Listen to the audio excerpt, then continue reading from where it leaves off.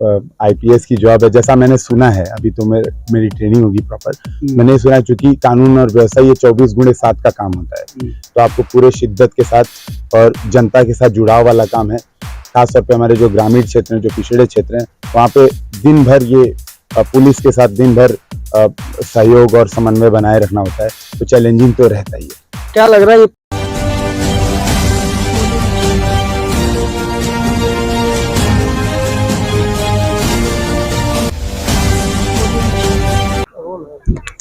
हम तो अकेले ही चले थे जानवे मंजिल, मगर लोग मिलते गए और कारवां बनता गया। तो आप देख सकते हैं इन युवाओं को, अकेले ही चले थे मगर जो है लोग मिलते गए, कारवां बनता गया।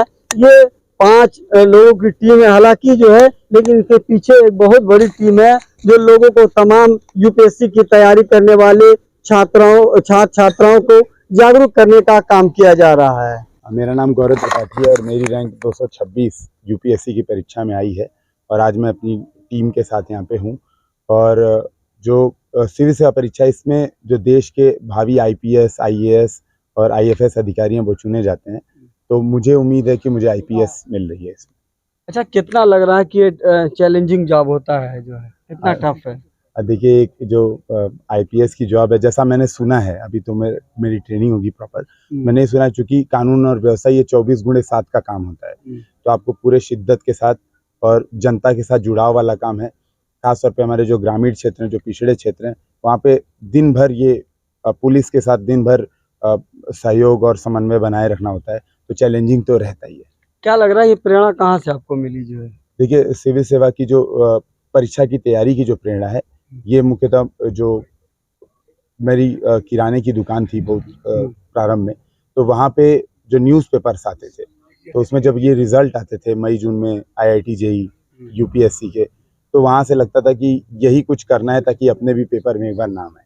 अच्छा, चलिए और भी युवा हैं। अच्छा, आपका क्या परिचय पहले अपना दीजिए। मैं रमनदीप हूँ, मैं आईटी धनबाद से पास आउट हूँ और हम 5 लोग मिलकर के यूपीएससी हिंदी नाम का एक प्लेटफॉर्म चलाते हैं। अच्छा, जो कि ग्रामीण क्षेत्रों के साथ साथ शहरी क्षेत्रों के लिए भी बहुत एफोर्डेबल, बहुत ही कम कीमत में, बहुत ही कम शुल्क में हम लोग बच्चों को शिक्षा प्रदान करते हैं। तो हमारी संस्थान है और हम संस्थान के माध्यम से बहुत सारे एसडीएम, डीएसपी और बहुत सारे आईपीएस को सिलेक्ट करा रहे हैं। तो क्या लग रहा है कि कितने अभी तक बच्चों को आप लोगों ने पास आउट कराया होगा जो है? देखिए, 2021 का अगर मैं रिजल्ट बताऊं तो 21 लोग हमारे यहाँ से पास आउट थे और 22 में करीब 20 प्लस ये आंकड़ा हमारे पास रहा है। यूपीपीसीएस की मैं बात बता रहा हूँ और यूपीएससी में हमारा पहला ये रिजल्ट रहा है। पहला रिजल्ट जी।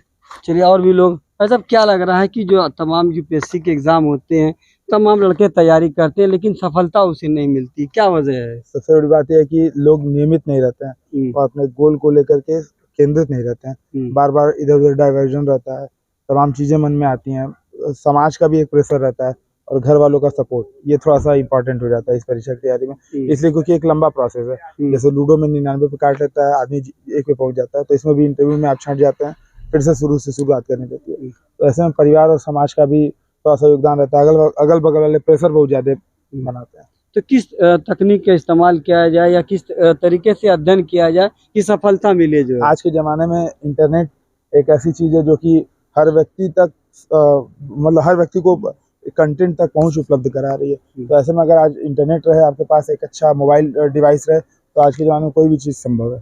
तो देखा, इन्होंने बताया कि तकनीकी शिक्षा के जरिए भी ज्ञान को बढ़ाया जा सकता है। कुछ और भी युवा, क्या लग रहा है कि जो यूपीएससी का रिजल्ट आता है, तमाम युवा तैयारी करते हैं लेकिन वो सफलता का स्वाद नहीं चख पाते, क्या लग रहा है, क्या वजह है? बेसिकली एग्जाम, एक तो क्या है कि अभी एग्जाम का प्रारूप भी टफ है, ठीक है, और दूसरी बात सर ने बताया भी, बेसिकली वो कंटिन्यूटी का मैटर है। तो वो कंटिन्यूअस अगर लोग रहे तो एक टाइम पीरियड तो लगती है, ठीक है, तो क्योंकि सर का भी लगभग 4 साल हो गया रिजल्ट, तो मतलब वही है कि कंटिन्यू रहे तो समय के साथ तो रिजल्ट मिलेगा।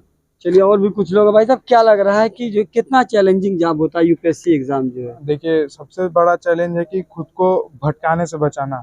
इस परीक्षा में भटकते बहुत ज्यादा युवा जो आजकल के हैं, कोई भी बोल देता है कि इस रास्ते से चलो तो उस रास्ते, ये बुक पढ़ो तो वो, तो एक लिमिटेड सोर्सेज के साथ अगर तैयारी की जाए, ठीक है, और रेगुलर प्रैक्टिस की जाए, तो बिल्कुल इस परीक्षा में सफलता प्राप्त की जा सकती है। और हमारे भैया ने करके भी दिखाया है। और इनका जो रिजल्ट है, आप कह सकते हैं, एक कहावत फेमस है कि गुरु गुड़ रह जाते हैं और चेला चीनी बन जाते हैं। तो इन्होंने वो कहावत को झूठ साबित कर दिया है। गुरु भी अब चीनी बन चुके हैं, ठीक है। और इनका रिजल्ट आजकल के युवाओं में इतना मोटिवेशन दिया है, हम लोग के साथ जो छात्र जुड़े थे, जो हताश हो गए थे कि अब हमारा नहीं होगा, इनके रिजल्ट से अब सामने से बोल रहे हैं कि अब हमको भी तैयारी कराइए, अब मेरा भी होगा। तो सभी को बहुत बहुत शुभकामनाएं रहेगी मेरी तरफ से भी। लगे रहिए, एक दिन सफलता आपको जरूर मिलेगी। धन्यवाद। तो देखिए, सफलता एक बार फिर हम आपके पास आते हैं। क्या वजह है कि आप एक गुरु की भूमिका में भी रहे हैं, आज आपने रिजल्ट भी पास किया और तमाम ग्रामीण अंचल में युवाओं को जो है प्रेरित भी कर रहे हैं, तो आपके मन में ये आया कहाँ से?